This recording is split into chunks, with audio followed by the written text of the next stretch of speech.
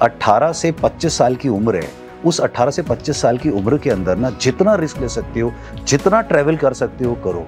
जितना सीखोगे, जितना फेलियर होगे, उतना लर्न करोगे। क्योंकि 25 साल के बाद के जो 30-35 साल है, आपने जो सीखा है आप उसको इम्प्लीमेंट कर पाओगे, आप अपने आप को समझ पाओगे। जैसे हम कहते हैं आयरन मैन लौह पुरुष बना देगा, then you will be ready for your next 20, 30, 40, 50, 60 years. So try your life to the fullest.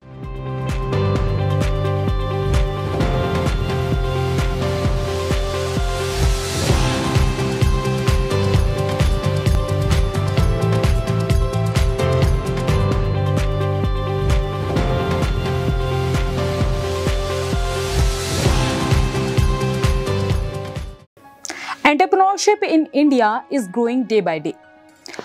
आने वाले 10 से 20 साल इंडिया के और इंडिया के एंटरप्रेन्योर्स के होने वाले हैं। यहाँ लोग सक्सेसफुली बिजनेस रन कर रहे हैं, लेकिन बिजनेस आइडिएशन एक अलग चीज़ है और एग्जीक्यूशन एक अलग चीज़ है। लोग बिजनेस करने का आइडिया तो रखते हैं, लेकिन एग्जीक्यूशन उनके लिए कंफ्यूजिंग होता है। और इसी कंफ्यूजन को दूर करने के लिए और अपने एक्सपीरियंसेस शेयर करने के लिए आज हमारे साथ मौजूद हैं special guest mister Harshit Malik. सबसे पहले बहुत बहुत स्वागत है सर आपका। मैं शुरू से शुरू करती हूँ। साल 2006 में श्रीवास ग्रुप ऑफ कंपनीज की शुरुआत, 2013 में हर एक वेंचर्स, 2017 में jump start coworking hub, then walk talk radio, Vastu wisdom, ऐसी कई कंपनीज आप रन कर रहे हैं। तो इस वास्ट बिजनेस की शुरुआत कहाँ से हुई? वास्ट बिजनेस की शुरुआत तो मेरे अर्ली ईयर्स में हुई जब मैं स्कूल में था जी। मेरे डैड मेरे को हमेशा अपनी बिजनेस मीटिंग्स में रखते थे, साथ रखते थे। स्कूल ख़त्म होने के बाद मेरे साथ के फ्रेंड्स जनरली घूमते थे, मैं डैड के साथ बिजनेस में बैठता था। तो मेरा बिजनेस माइंडसेट तो तभी से ही शुरू हो गया था।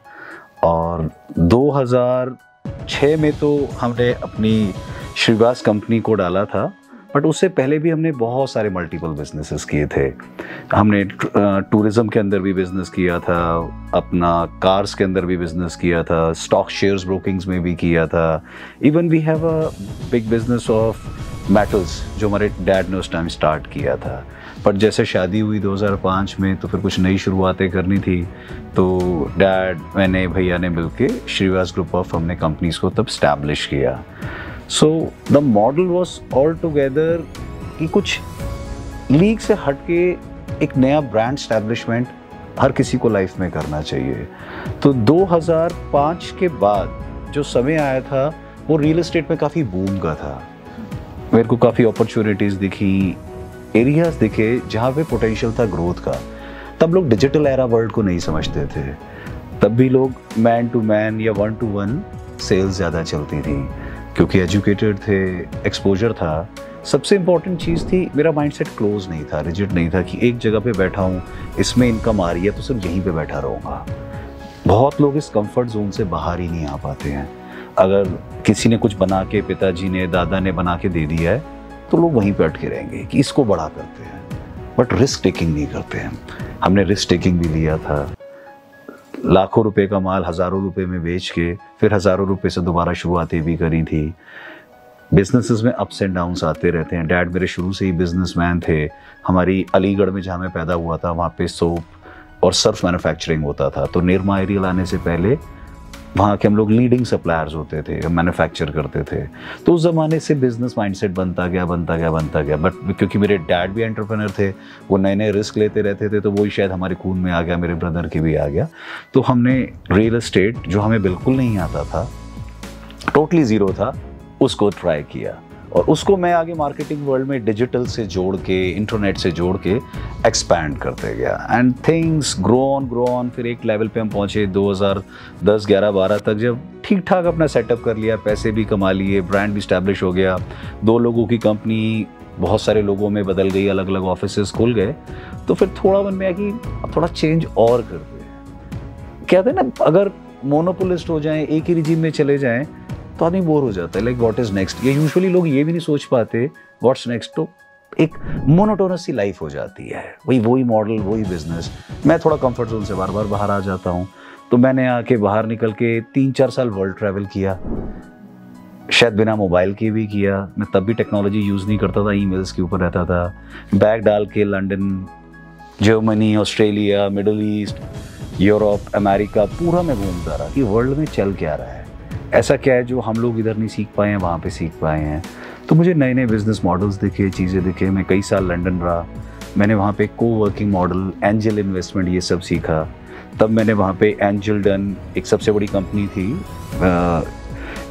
इन्वेस्टमेंट की, एंजल इन्वेस्टमेंट की। मैंने 2015 में ही उनके साथ हर एक एंजल डन का एक को वेंचर भी तैयार किया इंडिया के साथ, बट समहाउ वो टेक ऑफ नहीं कर पाया। मैंने वेगन लाइफ के ऊपर, योगा प्रोडक्ट्स के ऊपर वर्ल्ड में देखा कि क्या क्या नई चीज़ें होती हैं।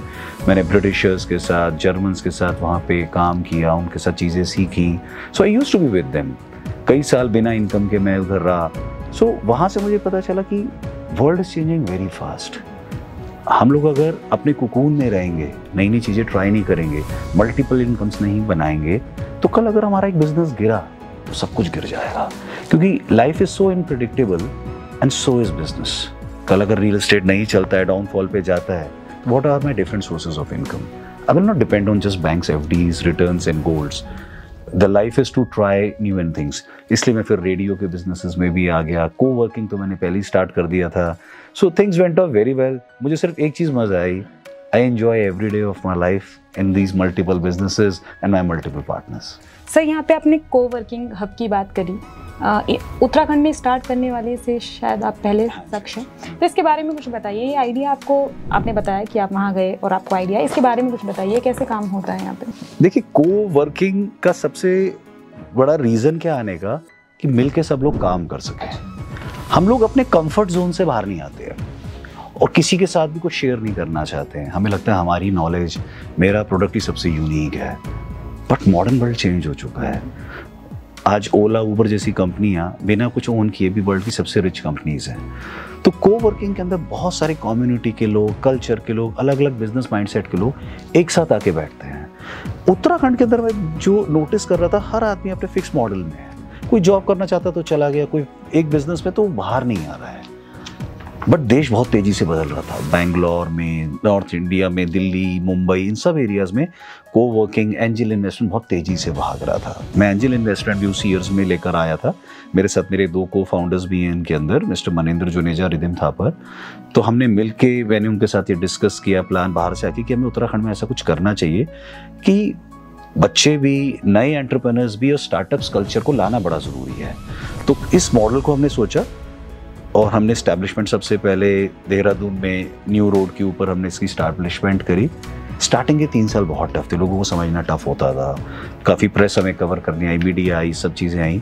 बट ग्रेजुअली जैसे MNCs को पता चलना शुरू हुआ कि उत्तराखंड में भी कोई को वर्किंग आ गई है, so we got huge business.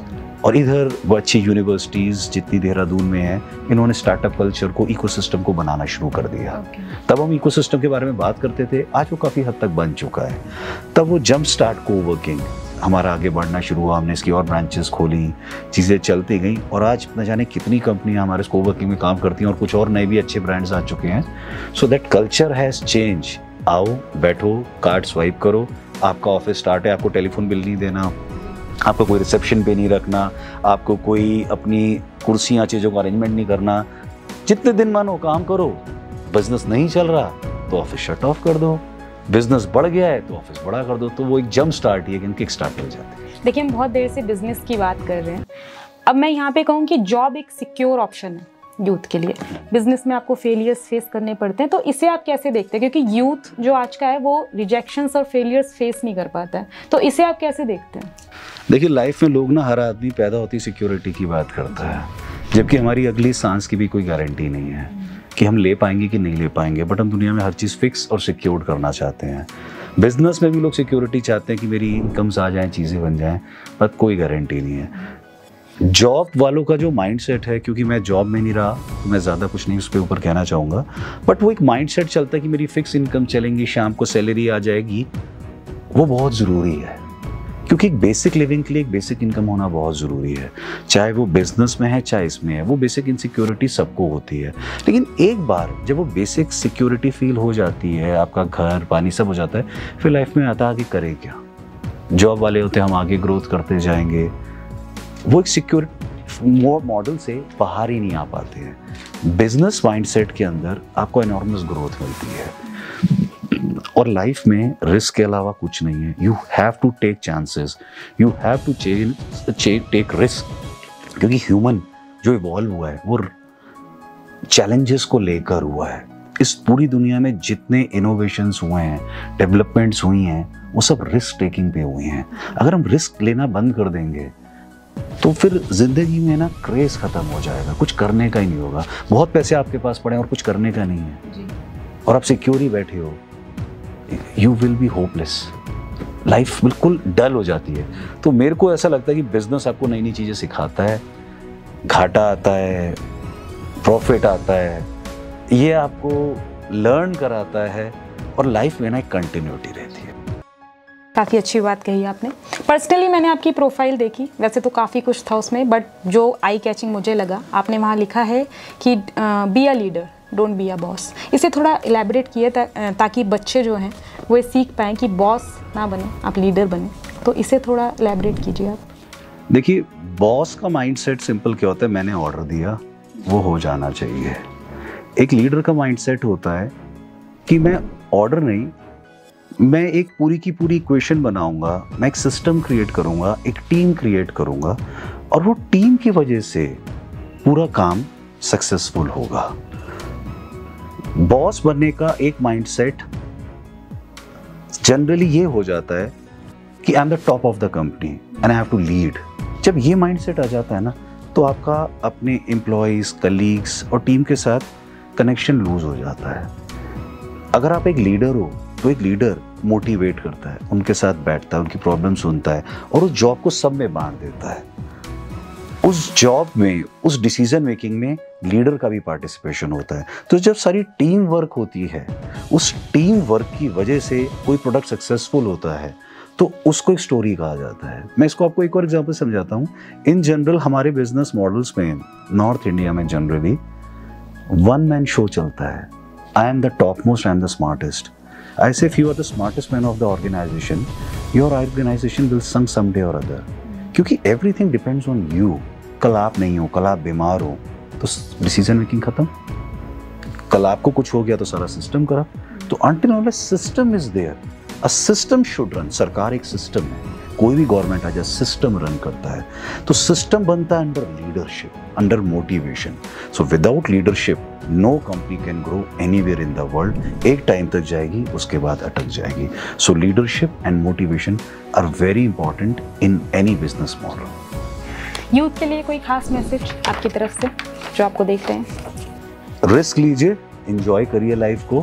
अपने आपके जो 18 से 25 साल की उम्र है, उस 18 से 25 साल की उम्र के अंदर ना जितना रिस्क ले सकते हो, जितना ट्रैवल कर सकते हो करो. क्योंकि आप लोगों के पास लूज करने का कुछ नहीं है. लूज करने का आपके पास टाइम होगा अगर इस टाइम आपने कुछ करने की कोशिश नहीं करी. जितना सीखोगे, जितना फेलियर होगे, उतना लर्न करोगे. क्योंकि 25 साल के बाद के जो 30-35 साल है, आपने जो सीखा है आप उसको इम्प्लीमेंट कर पाओगे, आप अपने आप को समझ पाओगे. तो आगे बढ़ो. 18 से 25 साल की उम्र में जितना रिस्क लेना है उतना लो. किसी कंफर्ट जोन में मत आओ, क्योंकि वो जो आपको बना देगा, वो उसे हम कहते हैं आयरन मैन, लौह पुरुष बना देगा. Then you will be ready for your next 20, 30, 40, 50, 60 years. So try your life to the fullest. तो ये थे हमारे साथ एक कामयाब businessman, entrepreneur, passionate achiever mister Harshit Malik. जाहिर सी बात है इनके द्वारा कही गई बातें आपको ज़रूर काम आने वाली है. Sir, thank you. It's an honor to have you here. Thank you for your precious time.